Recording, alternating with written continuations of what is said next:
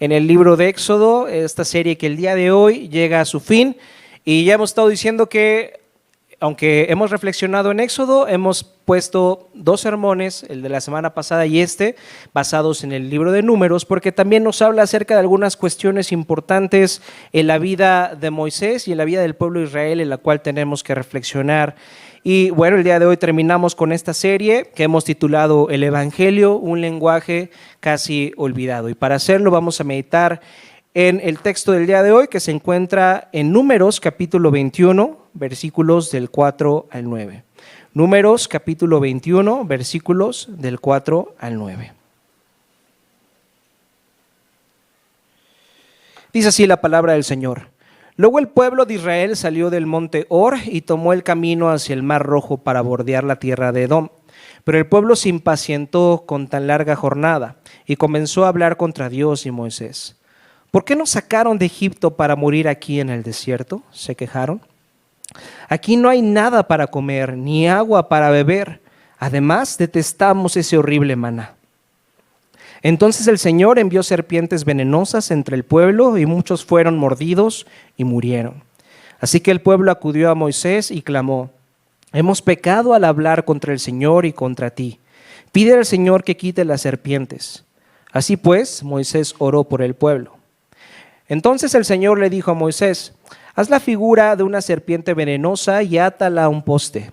Todos los que sean mordidos vivirán tan solo con mirar la serpiente. Así que Moisés hizo una serpiente de bronce y la ató a un poste. Entonces los que eran mordidos por una serpiente miraban la serpiente de bronce y sanaban. Esta es la palabra de Dios. ¿Se han dado cuenta cuál es el símbolo de la medicina? ¿Se han dado cuenta cuál es el símbolo que todas las ambulancias llevan impresos ahí en sus ambulancias, valga la redundancia? ¿Lo han notado? ¿Qué es? ¿Qué es este símbolo? ¿Qué? Es un poste rodeado por una serpiente. En el caso de la medicina son dos serpientes. ¿Y no les parece extraño que el símbolo de la medicina tenga que ver con un animal como la serpiente? ¿A quién se le ocurrió esto? ¿A quién se le ocurrió tomar a un animal venenoso como el símbolo de un lugar en el cual estamos buscando obtener la salud? ¿No les parece algo absurdo que este sea el símbolo de la medicina? ¿Por qué? ¿Por qué pusieron este símbolo en la medicina? Para responder a ello, tenemos que meditar en el último texto de esta serie y en lo que tiene que enseñarnos. Esta es una historia muy extraña en la vida de Moisés y en la vida del pueblo de Israel, y es una historia que nos dice que hay una enfermedad que necesita ser sanada. Este texto nos dice que tú y yo estamos enfermos y que necesitamos ser sanados. Así que el título del sermón de hoy es La cura para nuestra enfermedad, y estaremos reflexionando en los siguientes 3 puntos. Punto número 1, ¿cuál es esta enfermedad? Punto número 2, ¿cuál es la cura? Y punto número 3, ¿cómo podemos tomar esa cura? Punto número 1, ¿cuál es esta enfermedad? Punto número 2, ¿cuál es la cura? Y punto número 3, ¿cómo podemos tomarla? Entonces, ¿cuál es esta enfermedad de la que necesitamos ser sanados? Y en el texto que acabamos de leer, vemos al pueblo de Israel una vez más quejándose. ¿Se dan cuenta cuántos sermones hemos tenido en esta serie con el pueblo de Israel quejándose? Como 5 tal vez. ¿Y de qué se han estado quejando el pueblo de Israel? ¿De qué se queja el pueblo de Israel en estos versículos? De que los sacaron de Egipto, y dice aquí estamos en el desierto y no hay comida ni hay agua, y además despreciamos este cochino maná. De esa es la queja del pueblo de Israel. Y entonces, debido a esas quejas, aparecieron serpientes venenosas que atacaron a los israelitas. En el texto hebreo no dice que estas serpientes fueran venenosas, sino dice que eran serpientes ardientes. Eso dice el texto hebreo, eran serpientes ardientes. En la versión Reina Valera 60, si ustedes lo leen, dice serpientes ardientes. Y no decía esto porque estas serpientes estuvieran rodeadas de fuego o algo así, sino era una manera literal en la que el autor nos quería explicar lo que pasaba en el cuerpo de las personas que eran mordidas. Lo que ocurría a la persona que era mordida por estas serpientes era primeramente que sentían una terrible fiebre, una sed insaciable, una sensación horrible de que se estaban quemando por dentro hasta que finalmente morían.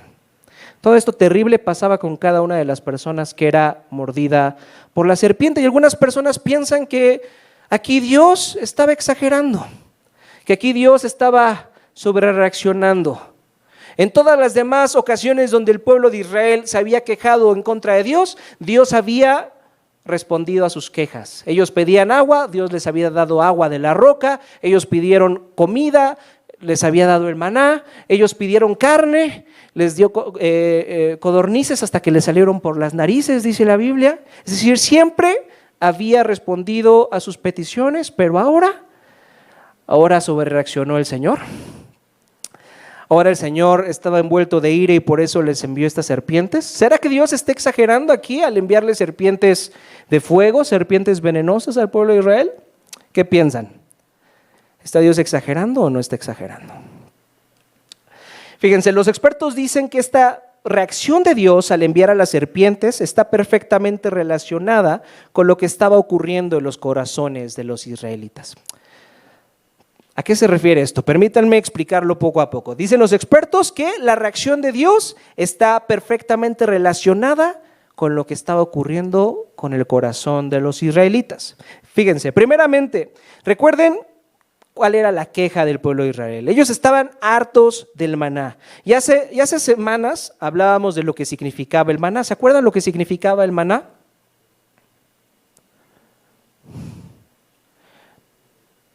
¿Dónde estaba el pueblo de Israel? En el desierto. ¿Y en el desierto hay comida? Entonces fíjense, Dios milagrosamente proveyó comida, hizo que surgiera comida en un lugar donde no había comida.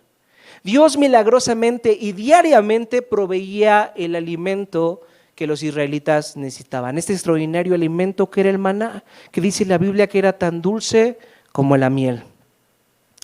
Pero también dijimos que este maná realmente simbolizaba la relación diaria que Dios deseaba tener con su pueblo. Y esto es realmente lo que los israelitas estaban rechazando. Esto es de lo que realmente estaban hartos. Ellos estaban hartos de Dios. Ellos ya no querían tener ninguna relación con Dios. Esta es la enfermedad de lo que los israelitas estaban enfermos. Esta es la enfermedad de la que tú y yo estamos enfermos. Esta es la enfermedad que toda la humanidad tiene. Ninguno de nosotros queremos tener una relación con Dios. Y esto es algo que podemos ver incluso en el paraíso del jardín del Edén.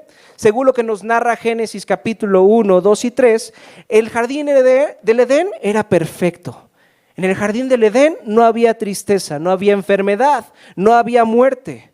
Todo era perfecto y Adán y Eva podrían disfrutar del paraíso que les rodeaba. Si ellos querían aventarse de una cascada hermosa, lo podían hacer.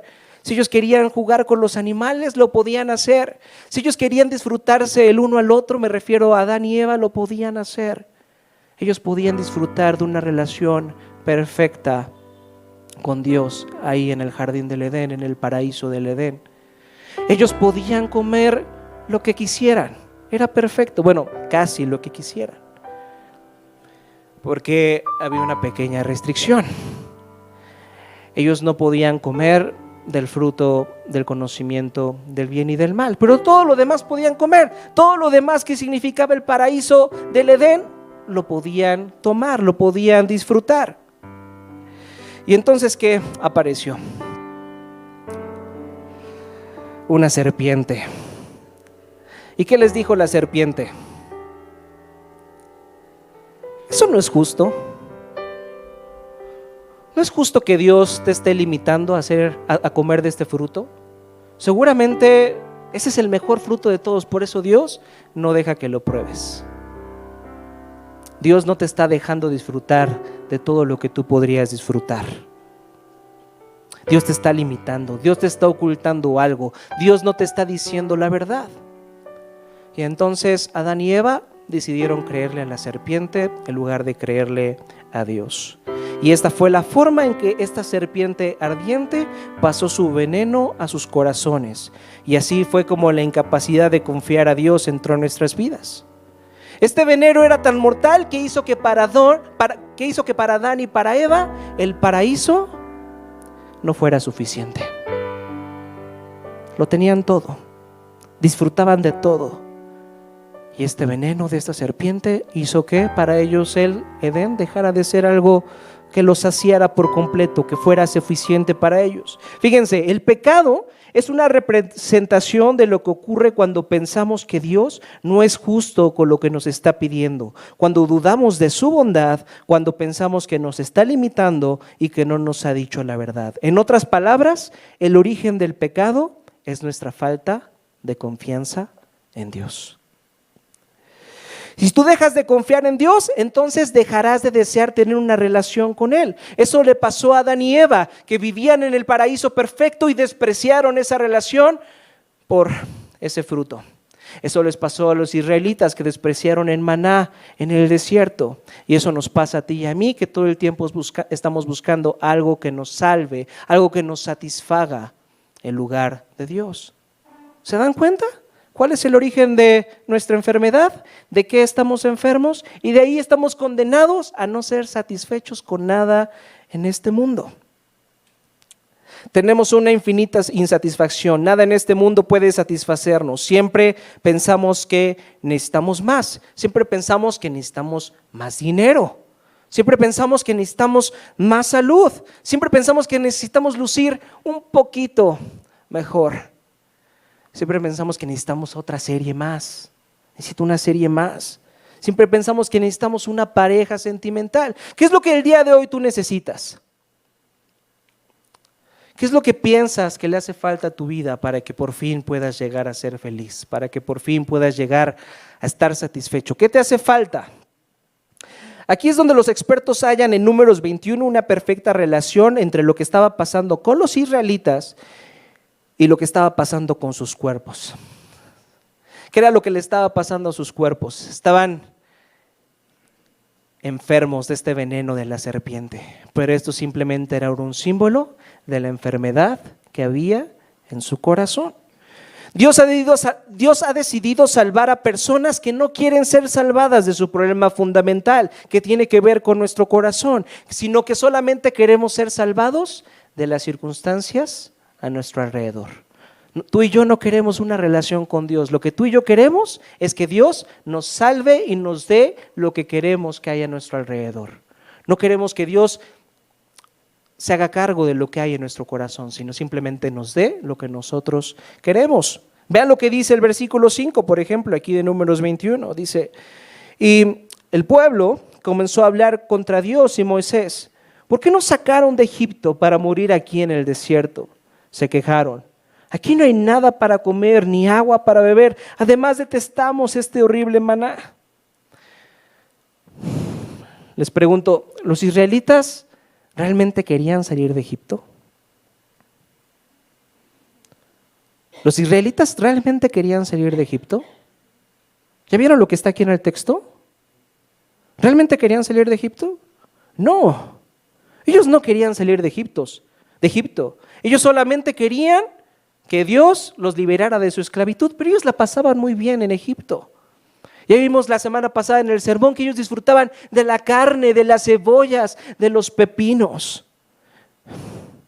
Ellos solamente querían que Dios los ayudara con su problemita, con la esclavitud que estaban viviendo en Egipto, pero que después los dejara en paz y los dejara seguir disfrutando su vida. Los israelitas realmente no hallaban satisfacción en su relación con Dios, les fastidiaba. ¿Y qué nos pasa a nosotros? ¿Seremos muy diferentes a los israelitas?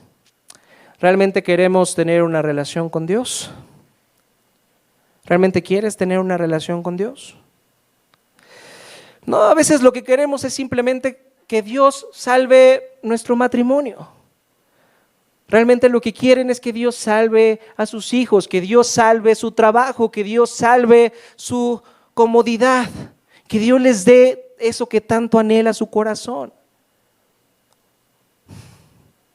El día de hoy vinieron a adorar al Señor ¿Por quién es Él o por lo que pueden obtener de Él? Es una pregunta que tenemos que hacernos constantemente. ¿Por qué estamos viniendo ante el Señor? ¿Por quién es Él y lo que ha hecho por nosotros o por lo que podemos obtener de Él? A veces solo queremos que Él nos bendiga, pero no queremos tener una relación con Él. ¿Qué es lo que realmente estás buscando en Dios? ¿Qué es lo que realmente estás buscando de Dios? ¿Te está sirviendo? ¿Te está funcionando? ¿Realmente estás encontrando lo que quieres de Dios? Fíjate, si no estás buscando una relación con Dios, entonces siempre vas a sentirte insatisfecho, porque lo que Dios tiene para ofrecerte es una relación con Él.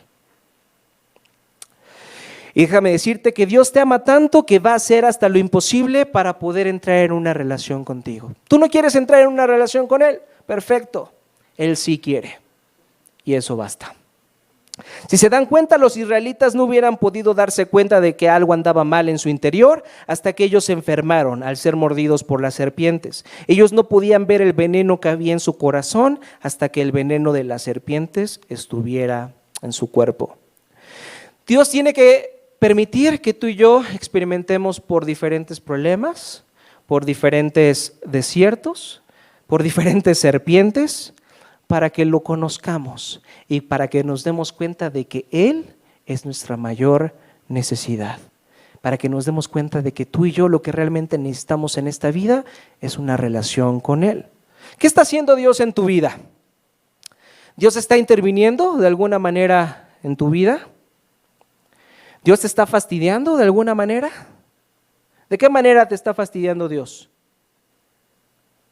Y digo fastidiar porque realmente tú y yo no queremos que Dios se entormente en nuestras vidas. Simplemente queremos que Él haga lo que nosotros nos gustaría que pasara, pero realmente no queremos que Él se entormente en nuestras vidas, que traiga estos problemas en nuestras vidas, que nos moleste para que nos podamos dar cuenta de que lo único que necesitamos es a Él. Y entonces Él insiste y insiste y insiste de diferentes maneras. Y tú puede que sigas de necio y de necio, buscando algo que satisfaga tu corazón, algo que te salve. Pero como Dios quiere salvarte, entonces se entrega en una relación contigo de la cual no puedes escaparte. ¿Has intentado alguna vez escapar de esta relación con Dios? Te invito a que lo intentes. Deja de venir a la iglesia un año. Pues está muy difícil venir a la iglesia ahorita en el Redentor. Estamos a las 2 de la tarde, está haciendo el calorón. Oye, qué hambre tengo. Está bien, tómate este año sabático. No leas tu Biblia, no tengas ninguna relación con Dios. A ver cómo te va. Si te alejas de la iglesia y dejas de venir a Él, y el Señor te deja en paz, y el Señor te deja feliz así como estás, entonces significa que Dios no quiere tener ninguna relación contigo. Significa que tú y Dios no tienen nada que ver. Pero si Dios te está fastidiando, si Dios te está molestando, si Dios está trayendo cosas a tu vida que tú no quisieras que pasaran, es porque Él te ama y quiere que te des cuenta de lo que a ti te hace falta es tener una relación con Él, hallar tu satisfacción en Él, hallar tu consuelo en Él. ¿Se dan cuenta del amor de Dios que está dispuesto a hacer cualquier cosa para tener una relación con nosotros? Ahora vean otra forma en la que Dios va a hacer hasta lo imposible para que puedas estar en una relación con Él. Y Él te va a dar una oportunidad de que vivas en medio de una comunidad, en medio de una iglesia. Vemos en el versículo 5 cómo el pueblo se quejó contra Dios y Moisés y luego vinieron estas serpientes y vean lo que pasa en el versículo 7. Dice, así que el pueblo acudió a Moisés y clamó, hemos pecado al hablar contra el Señor y contra ti. Pide al Señor que quite las serpientes. Así pues, Moisés oró por el pueblo. Entonces, el pueblo de Israel tuvo que experimentar las serpientes y entonces cuando las experimentó pudo arrepentirse y se acercó ante Moisés y le dijo, hemos pecado. Las serpientes les ayudaron a los israelitas a reconocer el pecado que había en su corazón. Entonces fueron ante Moisés y le dijeron, ora por nosotros. ¿Y qué hizo Moisés? Los regañó, les dijo, no, váyanse de aquí, pecadores. Ya llevan mucho tiempo, muele y muele y muele. Ya, déjenme de estar molestando. ¿Eso hizo Moisés? ¿Qué hizo Moisés? Oró por ellos. Entonces, en nuestro caminar con Cristo necesitamos amigos que nos ayuden a entender, amigos que nos escuchen, que a veces debatan con nosotros, amigos que nos sirvan y amigos a los cuales también podamos servir. Nunca podremos soportar los problemas que tú y yo tenemos que enfrentar en esta vida. Nunca podremos soportar el desierto sin amigos en Cristo que nos recuerden el Evangelio. La vida en comunidad es un regalo que Dios te ha dado. Y está rodeado de personas que puedan orar por ti y que tú puedas orar por ellas. Sin embargo, va a ser imposible vivir en comunidad si tú no aprendes a pedir perdón y si tú no aprendes a ofrecer perdón. Eso es lo que se necesita para poder vivir en comunidad. Si tú no aprendes a pedir perdón y a ofrecer perdón, entonces va a ser muy difícil que tú estés en medio de la iglesia. Porque fíjense, la iglesia es un lugar muy difícil para convivir. Es un lugar donde Dios nos ha puesto con personas con las cuales si tuviéramos la oportunidad de escoger, tal vez no tendríamos ninguna relación. Sin embargo, nos ha puesto aquí para que aprendamos a orar por nosotros, para que aprendamos a amarnos, que aprendamos a llevar las cargas de los unos de los otros, para que aprendamos a servirnos los unos de los otros. Tú y yo necesitamos de la iglesia.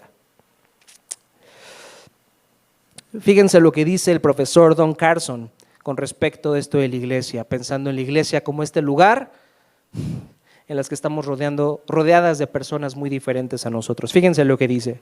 Dice, idealmente la iglesia misma no está compuesta de amigos naturales. La iglesia no está compuesta de amigos naturales. Está formada por enemigos naturales.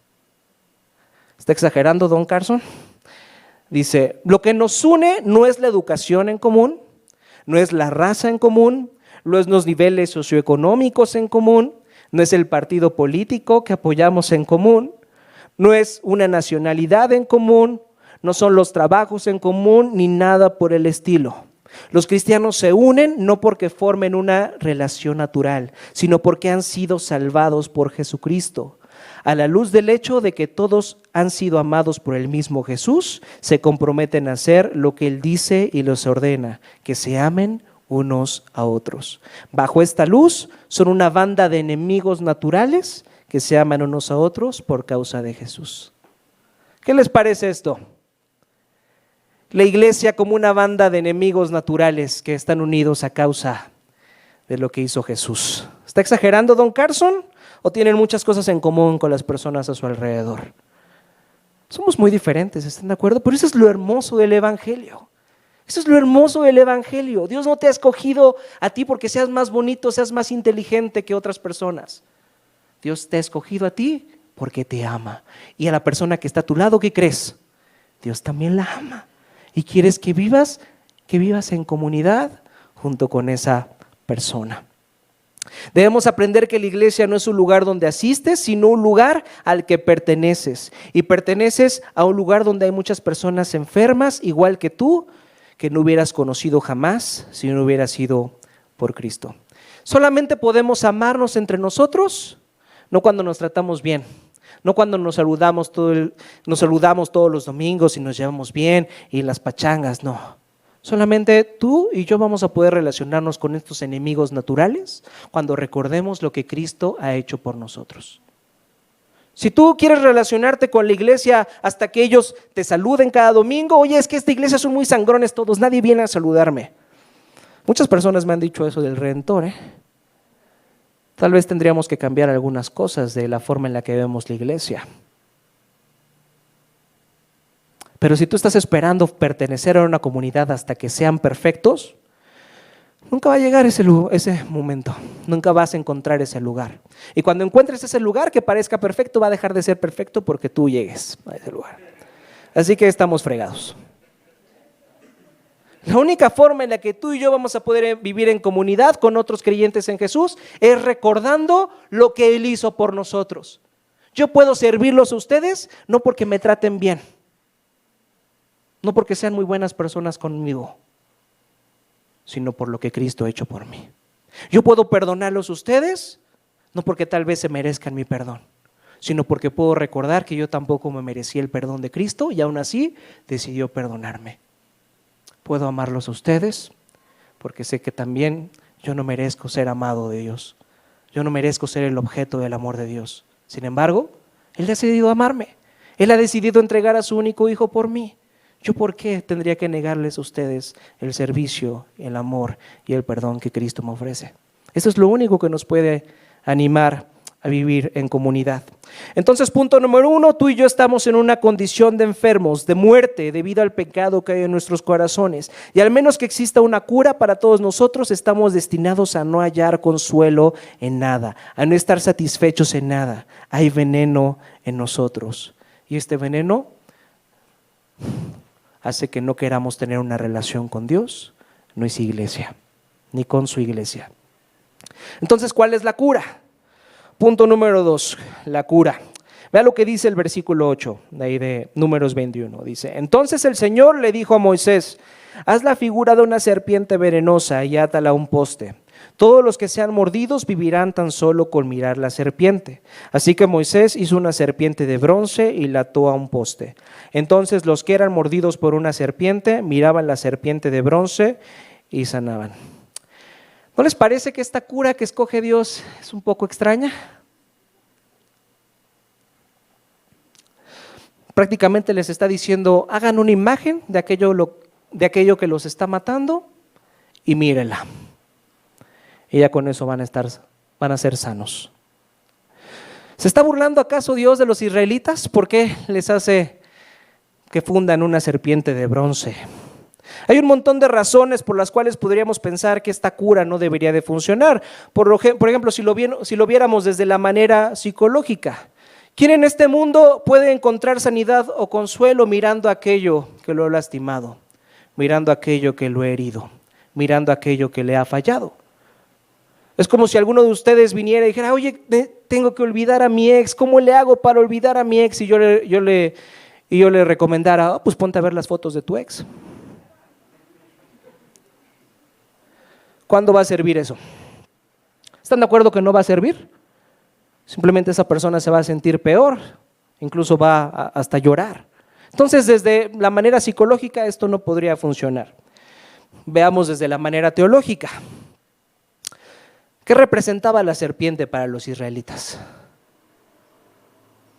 Representaba la maldad, ¿están de acuerdo? Representaba el pecado, según lo que acabamos de ver en la narración de Génesis 1, 2 y 3. Y la serpiente, además de eso, estaba considerada como un animal impuro, según Levítico 11. Ahí decía que los israelitas no podían tocar a las serpientes ni podían comer serpientes. Entonces, de manera teológica, la serpiente no representaba sanidad, sino todo lo contrario. La serpiente representaba la maldad y el pecado. Entonces, esta cura no funciona ni desde un punto de vista psicológico, ni tampoco funciona desde un punto de vista teológico. ¿Qué significaba esta serpiente? Seguramente era algo que los israelitas no podían comprender. Incluso estoy seguro que Moisés tampoco podía comprender. Pero ¿qué crees? Tú y yo sí podemos comprenderlo. La respuesta está en siglos después, cuando Jesús se encontraba en su famosa charla con Nicodemo, el maestro de la ley. Y esta famosa conversación la encontramos en Juan capítulo 3. Les pido que vayan a Juan capítulo 3, versículo 14. Y en Juan 3 vemos una de las exposiciones más claras donde Jesús revela quién es Él. Y tenemos este pasaje famoso, ¿verdad? Que todos nos tendríamos que saber de memoria. Juan 3:16, ¿por qué qué?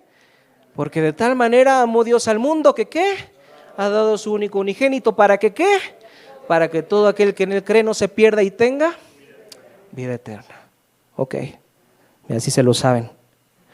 Pero antes de que Jesús diga este pasaje famoso, les explica lo que dice en el versículo 14, que tiene que ver con Moisés levantando a esta serpiente de bronce. Fíjense lo que dice Juan 3:14.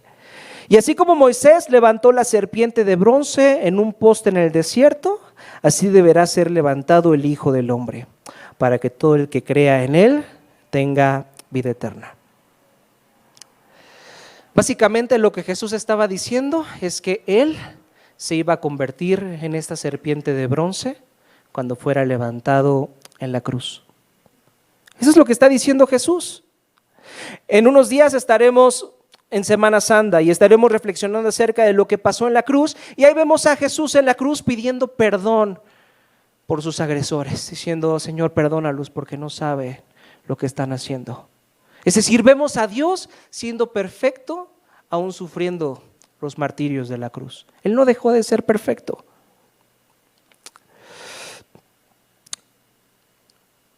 Para que podamos entender cómo toda la Biblia, y en específico lo que pasó en el pueblo de Israel en el desierto, nos habla acerca del sacrificio de Cristo, Jesús le cuenta a Nicodemo: así como esa serpiente fue levantada, yo tengo que ser levantado. Yo tengo que convertirme en esa serpiente. Vamos rápidamente a 2 de Corintios, capítulo 5, versículo 21. Y aquí el apóstol Pablo nos explica perfectamente qué es lo que estaba pasando con Jesús mientras estaba en la cruz. Fíjense, 2 de Corintios, capítulo 5, versículo 21. Dice: al que no cometió pecado alguno, por nosotros Dios lo trató como pecador, para que en él recibiéramos la justicia de Dios. Nada más que aquí me va a gustar un poquito más la traducción de la Reina Valera 60. Fíjense lo que dice. Si no la tienen, está bien, simplemente escuchen. Dice: al que no conoció pecado por nosotros, lo hizo pecado, para que nosotros fuésemos hechos justicia de Dios en él. ¿Qué significa lo que Pablo está diciendo aquí? Fíjense, Jesús en la cruz no se volvió un pecador. Jesús en la cruz se volvió el pecado. Cristo se convirtió literalmente en la serpiente, se convirtió en la maldad, en el pecado. Él recibió el castigo que la serpiente y tú y yo merecíamos. Ahora podemos entender a qué se refería Jesús cuando dijo: tengo sed, que también lo vamos a ver en ese servicio de las 7 palabras. Porque Él recibió el veneno de esa sed insaciable. Él recibió ese veneno y entonces Él experimentó la sed que tú y yo jamás experimentaremos. Él experimentó en su cuerpo el castigo, el veneno de la serpiente que nosotros merecíamos para que pudiéramos ser sanados. Eso lo dice Isaías 53, que nos habla acerca de todo lo que el Mesías tendría que soportar por nosotros, cuando nos dice: Él fue herido por nuestras rebeliones, molido por nuestros pecados, el castigo de nuestra paz fue sobre Él, y por su llaga fuimos nosotros curados. Él cargó con nuestra enfermedad para que tú y yo pudiéramos ser sanados. Ahora alguien podría estar pensando: todo eso que dice Rodrigo está muy bonito, está muy padre, pero si Dios fuera ese Dios de amor que tú dices, ¿por qué no simplemente Dios nos perdonó y ya?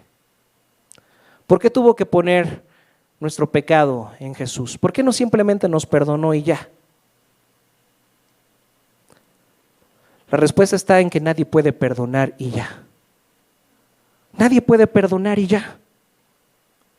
Dios no puede simplemente perdonarnos porque nadie puede simplemente perdonar. Si alguien pega contra ti, te lastima o te falla de alguna manera, siempre hay un costo que cubrir, siempre. Alguien tiene que asumir el costo, ya sea el que cometió la falta o quien recibió esa falta. Y déjenme ponerles un ejemplo. Si ahorita pasa Samuel y le rompe la guitarra a Rodrigo, entonces Rodrigo tiene 2 opciones. O hace que Samuel le pague la guitarra, o entonces Rodrigo escoge asumir el costo de esa guitarra. Y entonces Rodrigo tiene 2 opciones ahí también. O se queda sin la guitarra y entonces ya no va a poder tocar en la alabanza, o entonces decide comprar otra guitarra.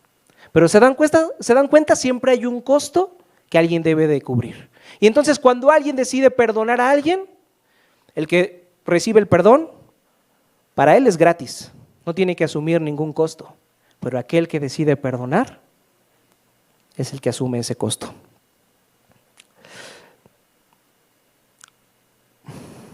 Cristo en la cruz estaba pagando por el castigo que tú y yo merecíamos y experimentó el peso total de la ira de Dios, la ausencia total de la gracia de Dios, el abandono de Dios para que tú y yo no tengamos que experimentarlo jamás.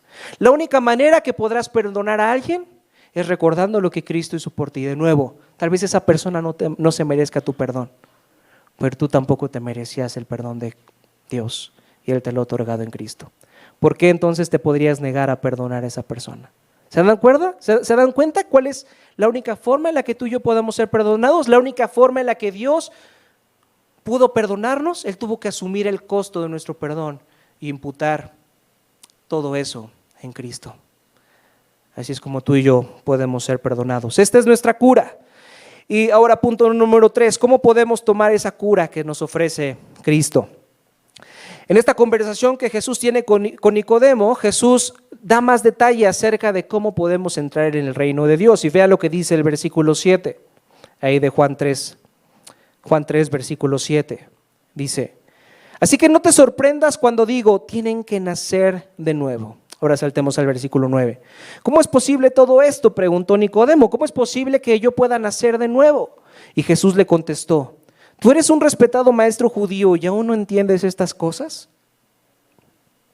Y entonces después Jesús le explica a Nicodemo cómo él tenía que ser levantado, como fue levantada la serpiente de bronce en el desierto.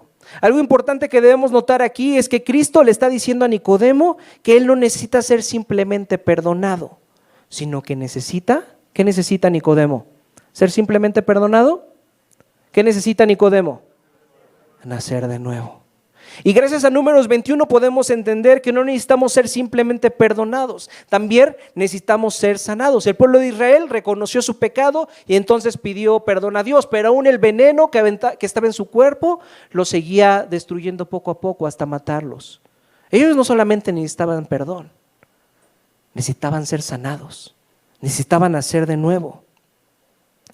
Lo mismo pasa contigo y conmigo. No necesitamos ser simplemente perdonados, necesitamos nacer de nuevo. Necesitamos tomar de una medicina que nos perdone, que nos restaure, que nos renueve, que nos haga nacer de nuevo. ¿Y cuál es esta medicina? Ya la vimos. Cristo siendo levantado en esa cruz.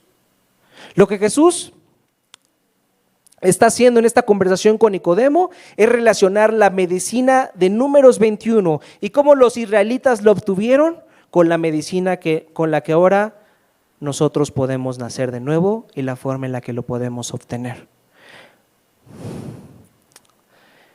La serpiente de bronce fue levantada para que los israelitas pudieran ser sanados. Pero ¿cómo era que los israelitas podían obtener los beneficios de esa serpiente? ¿Qué era lo que tenían que hacer los israelitas? Mirar. Dios no les pidió, escalen y el que toque primero la serpiente, ese va a ser sanado. Porque entonces simplemente los fuertes y los ágiles pudieron haber sido sanados, pero no, les dijo, miren la serpiente. Así que no importaba si alguien ya estaba a punto de morir por el nivel de veneno que ya estaba en su cuerpo, si solamente volteaba a ver la serpiente de bronce, entonces era sanado. Ahora, ¿cómo es que nosotros nacimos de nuestra madre? Nos está pidiendo aquí Jesús que debemos de nacer de nuevo. ¿Cómo es que tú y yo nacimos de nuestra madre? ¿Quién de ustedes planeó su nacimiento? ¿Quién de ustedes dijo, voy a nacer el 11 de marzo, es hora de salir? Y entonces salió del vientre de su madre. ¿Quién hizo eso? Nadie hizo eso, nadie planeó nacer, nadie se esforzó en nacer. Nacer no dependió de nuestro desempeño. Todos los seres humanos nacemos gracias al gran trabajo de alguien más. Gracias al trabajo de un médico que entonces realiza una cesárea para que tú y yo pudiéramos nacer. Gracias a una partera que se esfuerza, nos ayuda o les ayuda a las mujeres para que pueda tener a su hijo. Y algunos un poco locos que deciden tener los partos en su casa solos, con el esfuerzo únicamente de la madre. No importa cómo haya sido, todos nacemos en este mundo por el trabajo, ayuda y amor de alguien más. Y así pasa también cuando nacemos de nuevo. Por lo tanto, no podemos tomar esta medicina, no podemos nacer de nuevo haciendo cosas, sino solamente podemos nacer de nuevo mirando. Mirando la misericordia, la ayuda y el amor de alguien más. ¿De quién? De Cristo. Alguien podría decir, estoy buscando a Dios, ¿qué es lo que tengo que hacer? Muchas personas dicen eso cuando se intentan acercar a Dios. ¿Qué es lo que tengo que hacer para poder ser aceptado con Dios? ¿Leer la Biblia? Listo.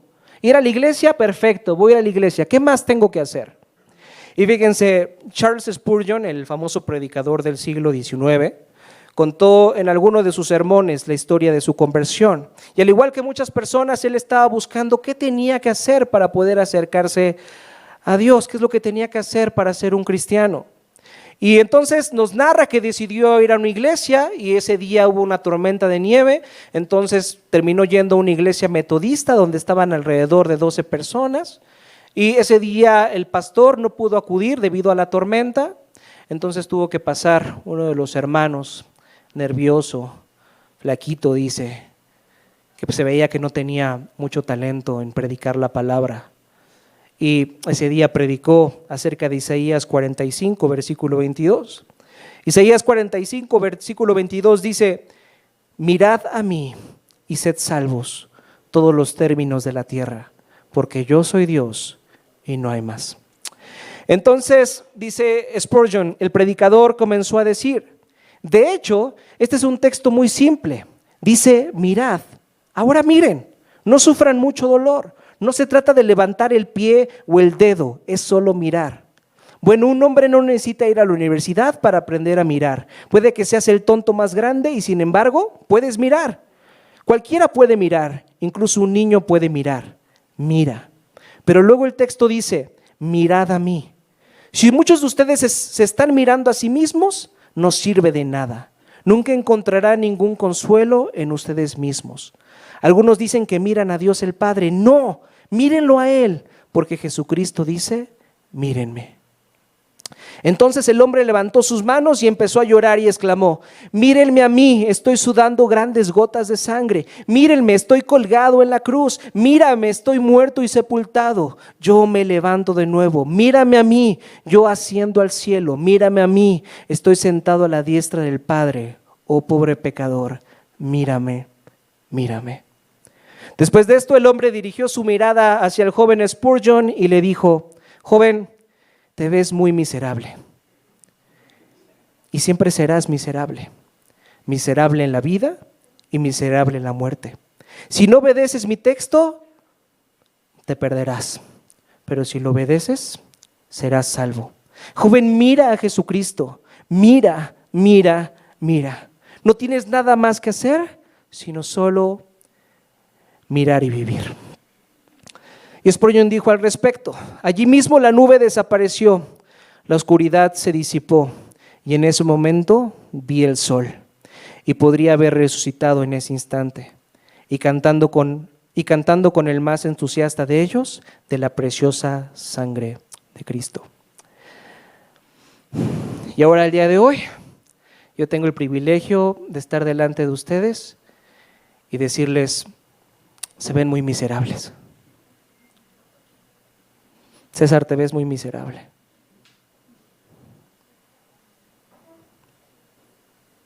Josué, te ves muy miserable. Marián, te ves muy miserable. Sé que yo también me veo muy miserable. Se ven muy miserables y siempre serán miserables. Así que volteen y miren a Cristo. Miren a Cristo. Solo en Él podrán encontrar la salvación que tanto están buscando y vivir. Debemos entender que el Evangelio no son solo una serie de reglas que cumplir para que podamos acercarnos a Dios, sino el hecho de que Cristo ya hizo todo por nosotros. Él fue levantado en una cruz para que tú el día de hoy puedas mirarlo y ser perdonado, ser renovado y nacer de nuevo. Solo podemos nacer de nuevo en el instante en que nos damos cuenta de que necesitamos descansar en el trabajo, en la ayuda y en el amor de Cristo, de lo que Él hizo por nosotros en la cruz. Deja de poner tu confianza en lo que puedes hacer. Deja de poner tu confianza en aquello que no puede satisfacerte. Deja de poner tu confianza en aquello con lo que te la pasas fantaseando. No, eso jamás va a poder satisfacerte. Lo único que tienes que hacer es voltear a ver a aquel que estuvo en la cruz y confiar en Él, descansar en Él, hallar su consuelo en Él. Me gustaría terminar esta serie con esta frase que espero puedan recordar. Miren a Cristo y serán salvos, porque Cristo es nuestro Dios y no hay nadie más como Él. Vamos a orar. Padre, esta tarde te agradecemos por hacernos entender que no solo necesitamos ser perdonados por ti, sino que necesitamos ser sanados, necesitamos ser renovados completamente. Gracias porque podemos recibir los beneficios de tu salvación, no haciendo cosas, sino solo mirando lo que has hecho por nosotros en Cristo. Ayúdanos a hallar consuelo, a confiar, a poder ser completamente saciados en la obra que Cristo hizo hacia nuestro favor. Gracias por ponernos en medio de una comunidad de creyentes tan diversa y enseñarnos a amarnos y a perdonarnos al recordar el Evangelio. Te pedimos que podamos aplicarlo, Señor, en cada área de nuestras vidas hasta que tú vuelvas y nos sanes por completo. Te pedimos esto, Padre, en el nombre precioso de tu Hijo Jesucristo. Amén.